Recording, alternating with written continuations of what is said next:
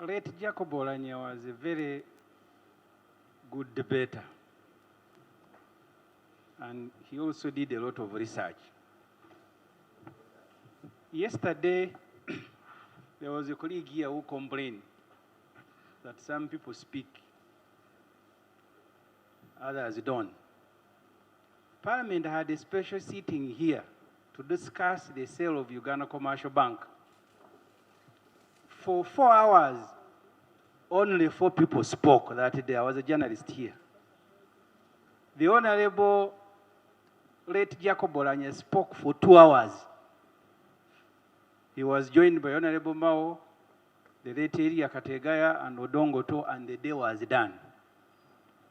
In fact, my complaint these days is that Parliament sometimes turns into a talk show. Everybody wants to speak, even one who has nothing to say.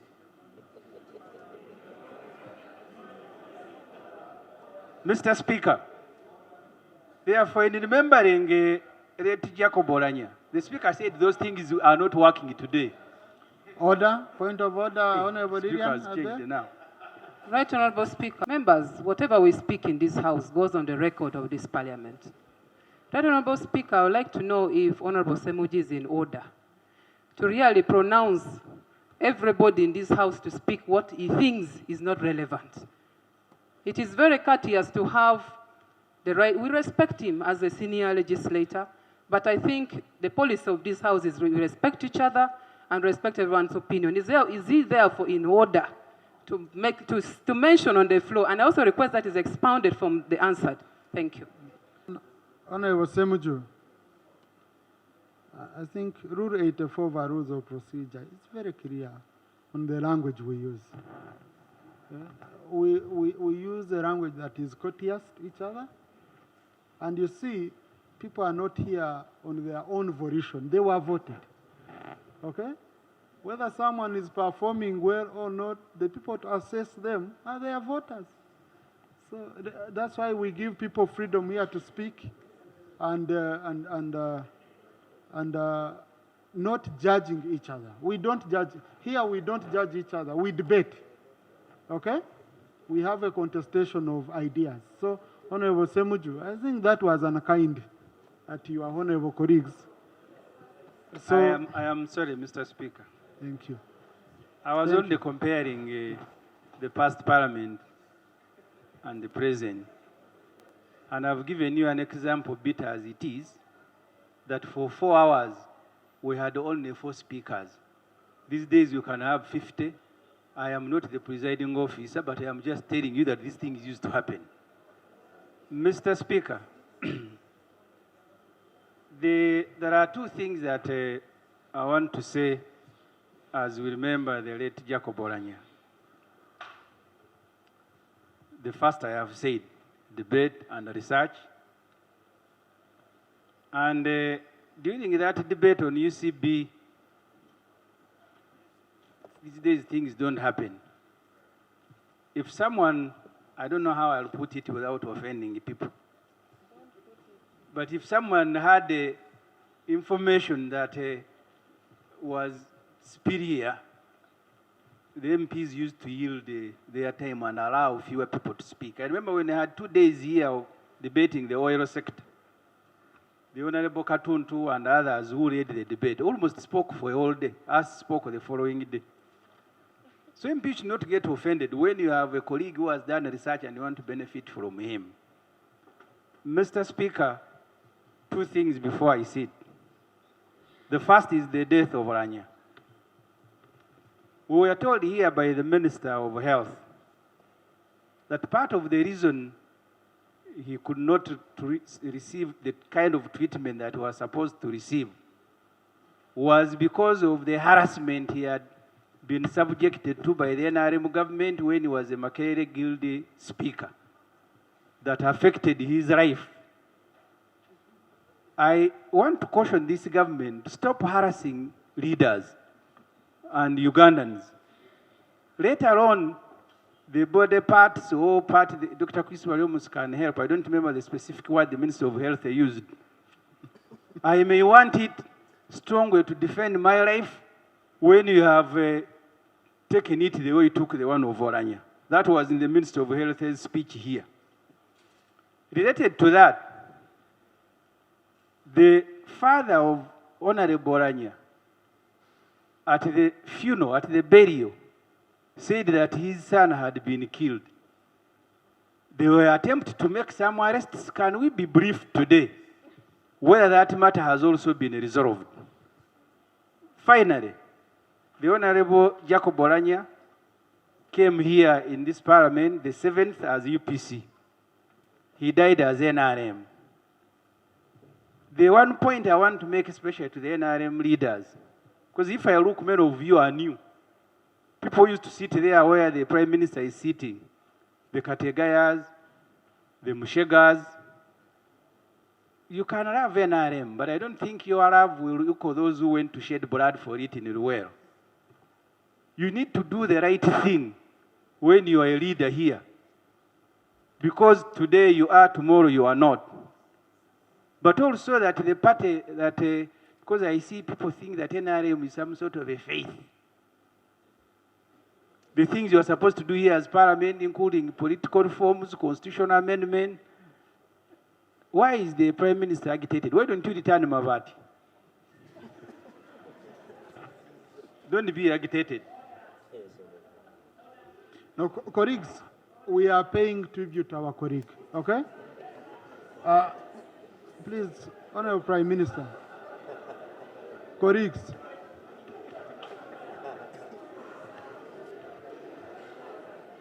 can we listen to each other?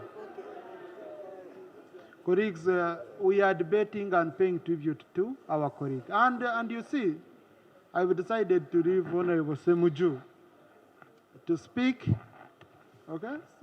So that, you know, when you're paying tribute to a colleague, maybe there are things which are deep inside, and you want a colleague to bring them out. But Honorable, now it seems you've started going beyond. Kind of conclude. Please conclude. I therefore, Mr. Speaker, want to thank this Parliament for putting a day to remember the Honorable late Jacob Oulanyah. He died so early in his career as a Speaker. And having suffered the 5 years he spoke about there, I was one of those who are looking forward to a parliament led by him. We will... But Honorable, if a colleague is looking forward to something, what's wrong with that? Yeah. I'm going to allow you to come and you explain, okay? You're going to have a chance to, because it's a debate. This is a debate. It's not a statement. It's a debate. So you'll have a chance.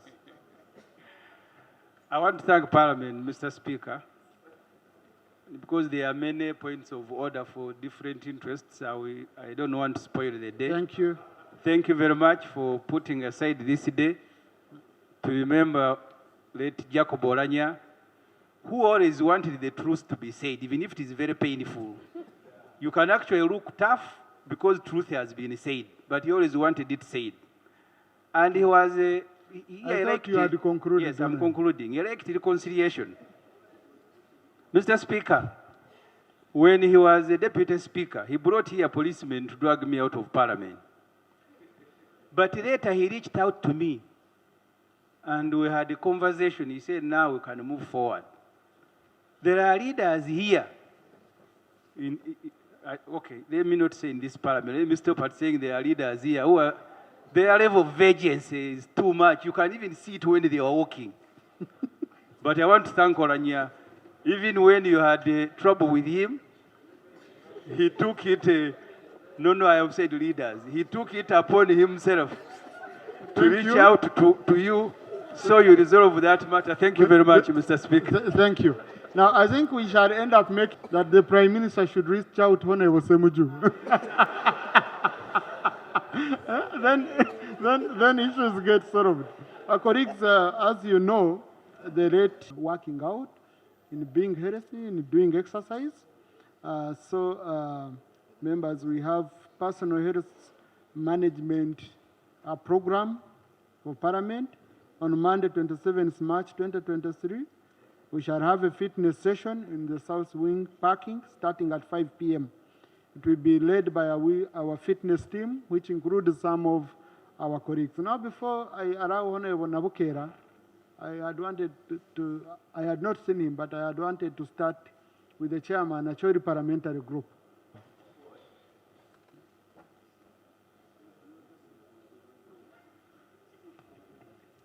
Right Honorable Speaker, allow me to thank you in a special way for this great day.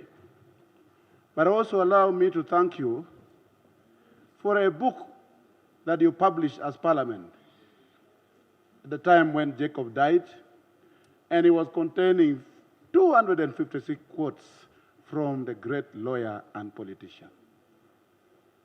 I would like to request members to get this book.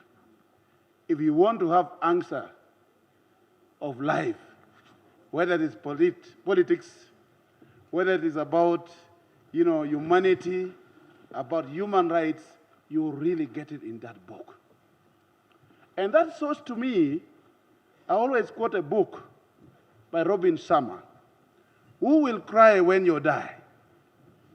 And the book says, when you are born, you always cry when others are laughing. On the day when you are dead, you are buried, you should live your life in such a way that people will cry when you smile.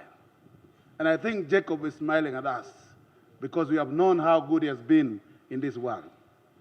Let me take a few quotes from that book that was published by this Parliament. And one of the quotes is, our love for one another is a command from God. And that love must not keep a record of wrongs. If anything, it will answer most of the things we've been talking here. It will answer the issue that my colleague, Honorable SSEMUJJU NGANDA, was raising, that you have to reconcile after any conflict. You don't need to keep records of the wrongs that somebody has done to your life. And that is something that matters in our life a lot. Another quote in the same book, if someone is thirsty, they will need water, and it will not be blue or yellow or red water. It tells you, irrespective of the parties we belong, our blood is red. Even if we are all UPC. We are not NRM, we are not NUP, we are not FDC, we are all UPC, everywhere. Our blood is red. And that is the point that he raised in that very important quote. Then another one, the last quote I will give. The rivers, lakes, and the mountains that separate us are not deeper than the blood that connects us, human beings. Right Honorable Speaker and honorable colleagues, if we are today commemorating the life of this great man who served humanity, who really gave diligent service to this country, I would like to thank the leadership of this Parliament to really have taken this opportunity to give members to remember this great man. Above all, I have been reading the answer of that day. Almost took me 2 days to read it. And I read all that members were talking on that great day on the 5th of April last year. It shows to you that the life of this great man touched the life of all of us. And that calls for all of us to try to emulate on our own living. How are we touching life of the others? And if you put that into practice, then one of the things that I read from the quote, you will be a good neighbor to each other. Right Honorable Speaker, conclude, Honorable. Very important is that on that day we had many resolutions. And I would like to request kindly that as Parliament, we extract from that debate and make sure we try to see the performance of this Parliament in terms of putting it into practice. I thank you very much for this opportunity. As leaders from Acholi sub-region, we are very happy for what the Parliament has done, and we are happy on all the members of Parliament to have accorded this day. But above all, for the support you've given to the family. I also know that there are other promises that are not yet done, but I think I use this opportunity to request that they should be implemented. Thank you very much. Thank you. Thank you, Honorable. Age to provide unity, to provide leadership to the country at the time we are looking at transition.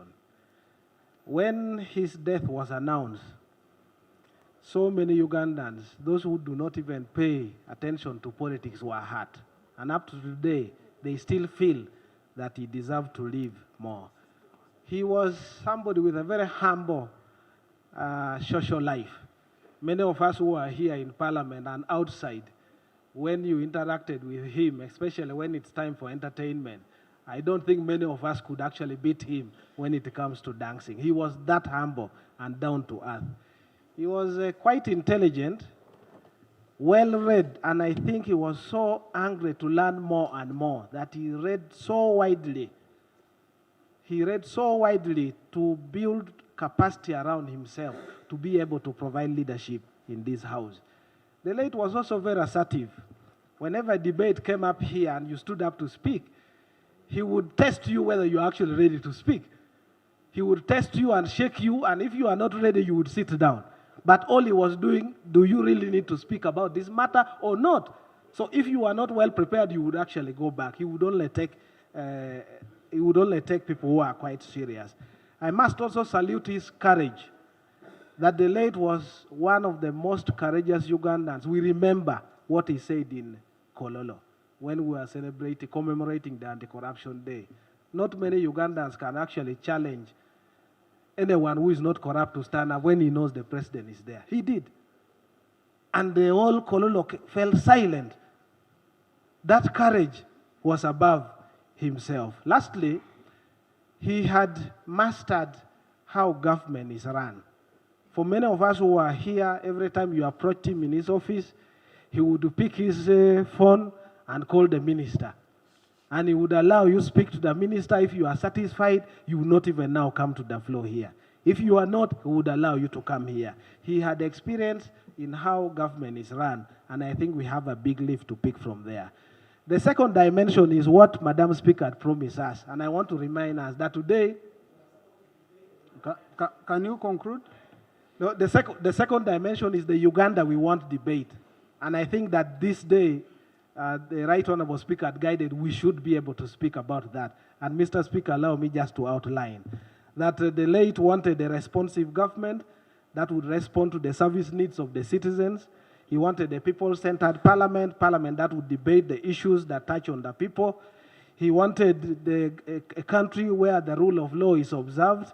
He wanted equitable resource allocation during budgetary periods. He would take personal care to ensure that the entire country is budgeted for. And this is where I would like to invite our presiding officers that as we undertake the budget, let's look at Uganda, let's look at the country, let's look at all the constituencies so that they are provided for in this budget. I want to thank you.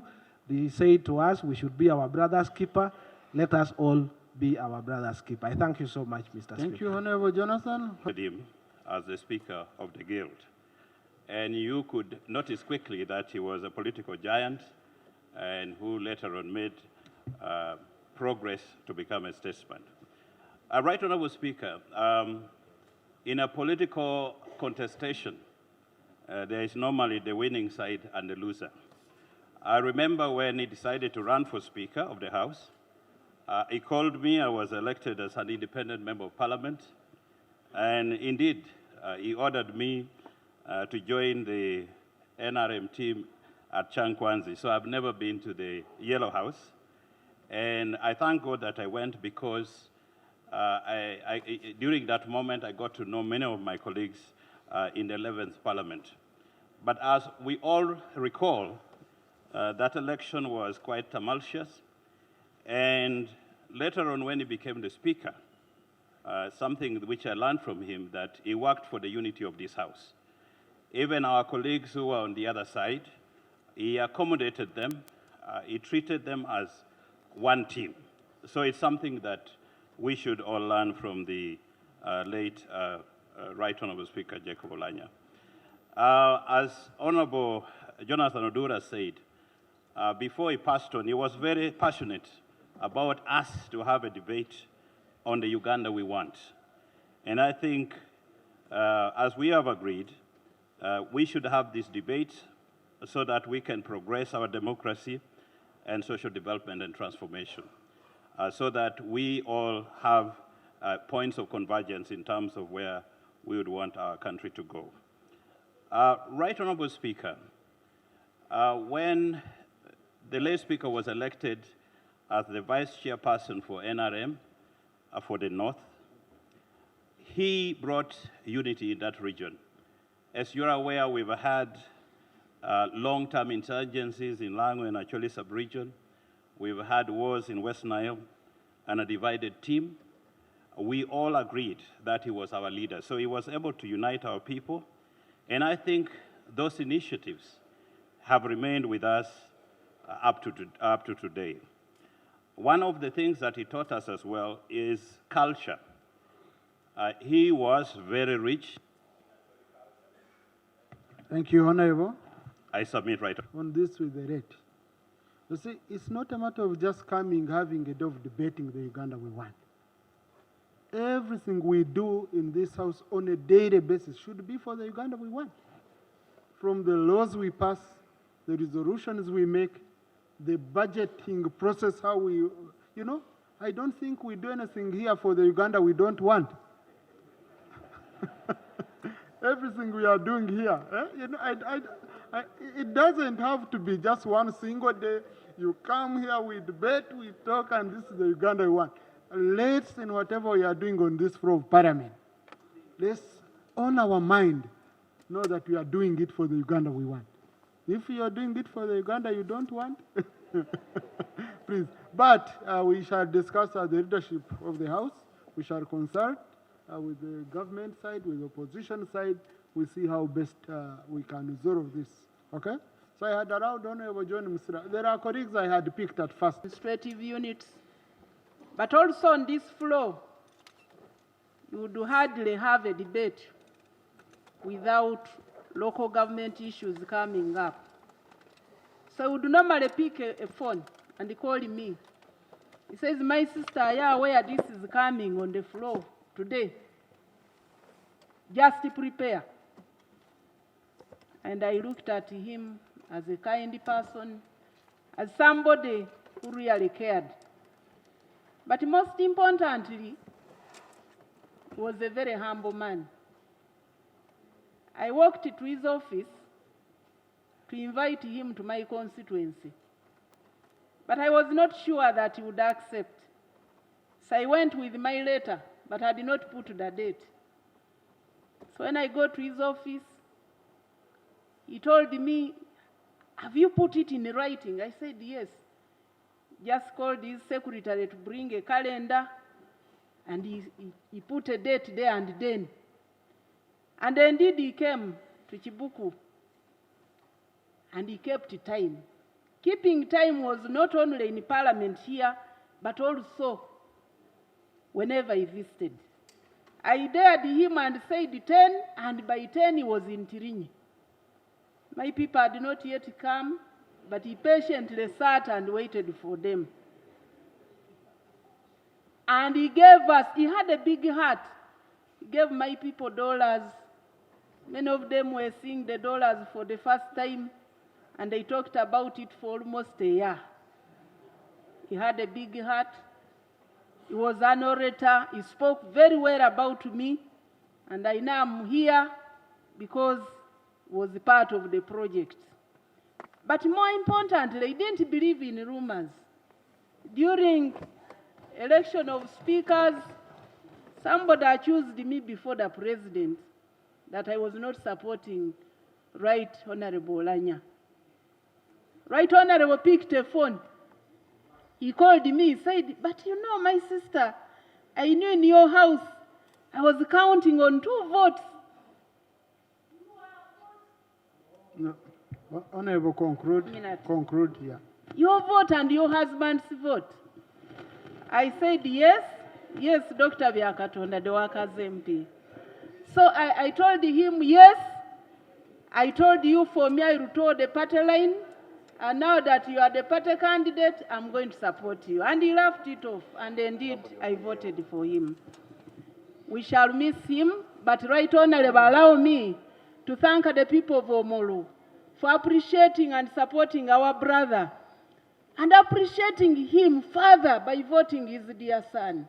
We want to thank you. May God bless you. Thank you. Honorable Lilian Abe, and then Honorable Judy. People are dead.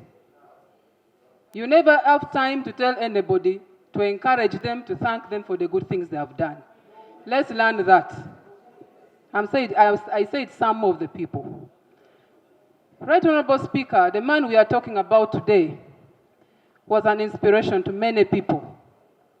He believed in functionality of systems in this country, and he embraced and wanted to see every system function without favor, without any kind of influence. To the extent that even if you go to Right Honorable Speaker, the late Speaker Oulanyah's office, he will not make a decision to support you because he knows you, or because you come from Macholi, or you are tall or short. He would do the right thing based on what is supposed to be done. And that was, I think, a trait that I admired, and really I wanted to operate like him. Right Honorable Speaker, on corruption, yesterday I was playing his audio. We need to ask ourselves questions. The late Right Honorable Speaker Oulanyah is gone, but are we corrupt or we are not corrupt? Is it the Uganda we want or Uganda we don't want? Right Honorable Speaker, I'm very happy that today we are standing here and we're in this house when we have passed the homosexuality bill, which was going to affect our culture. Right Honorable Speaker, the late believed in cultural norms, and of course having come from the culture which had all varieties of different dances and the richest culture in this world, in this country, that is the Acholi culture, he embraced it and admired it. Right Honorable Speaker, my appeal is, Omoro district remains to be supported. Whether Oulanyah is alive or is gone now, the son is here, and I thank this house for standing firm. You went on ground and supported him and gave him all the... Thank you. Now, colleagues, we shall see on Sunday. We are supposed to be in Omoro with my issues. That's when I had court issues. And he encouraged me to be courageous and never to fear anything and never to fight back. The Right Honorable Speaker advised that human beings may fail to resolve their issues, but God shall always be there to provide a permanent solution. I'm happy to note that with his guidance, and when we had issues here of splitting the constituencies, he called me a day after and said, do you remember what I told you? God has provided a permanent solution. And I'm here to testify that with his guidance, we are happily serving, we are living together, and we are celebrating together. Right Honorable Speaker, I remember when you said that the Right Honorable Speaker, late Jacob Oulanyah, said there is no bigger problem that cannot be resolved. I remember during the campaigns, I was the chairman of the opponent and of his opponent. And after elections, he called me and said, congratulations. And I also told him, congratulations. And that was it. We had a good time until the time of his demise. I remember Right Honorable Speaker, he told me when he was giving me his words of wisdom to be courageous and never to share personal problems with the public. I remember he, as members of parliament in tennis parliament, when he was indisposed, we were looking for him. Where is he? And he was quiet there. And it was so unfortunate that at the time of his demise, I was also indisposed. I did not even bury him. I had serious issues with my health, and I did not attend his burial. But I remember his word that even if you are at your sick bay, never share your personal problems with the public. Only share with your confidants. May his soul rest in it. Thank you, Honorable Mutuzo, then Honorable Adiomo. Thank you, Right Honorable Speaker. Right Honorable Speaker, as we pick memories of the late Jacob Oulanyah, former Speaker of Parliament, I want to acknowledge his support to the Ministry of Gender. There isn't a single function we held and missed him in his bold tie and white shirt. He was not only academically intelligent, but he was also a very smart man. In his works, in his ways, has done something. And I feel that I needed to inform you, as we talk now, 75% of the already budgeted money for roads has been sent to the districts. Let me conclude, colleagues. The President of the Republic of Uganda, Yoweri Kaguta Museveni, Tibuhaburwa, who has just started his first term as Tibuhaburwa,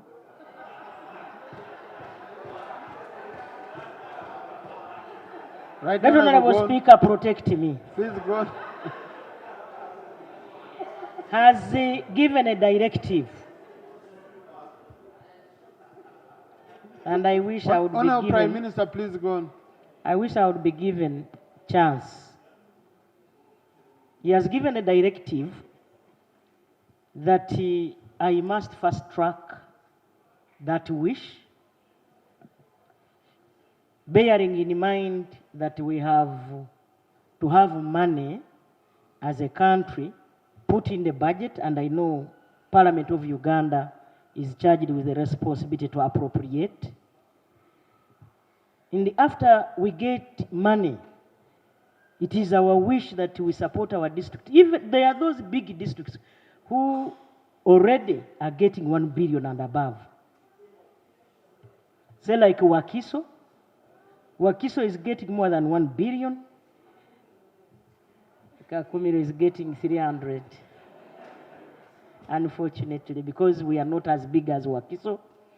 A district like Kabale, those big districts that you know, those that have a bigger kilometer coverage of roads are getting some good amount of money. And therefore, Right Honorable Speaker, I request that members of Parliament pick interest in the already available resources so that they are put to good use. Thank you so much. Thank you. The session is only when a member is on the floor. Now we don't have anyone on the floor. Okay? So let's go back to our issue. We shall have enough time to discuss budget-related issues. I'm still this side, I'm coming this side.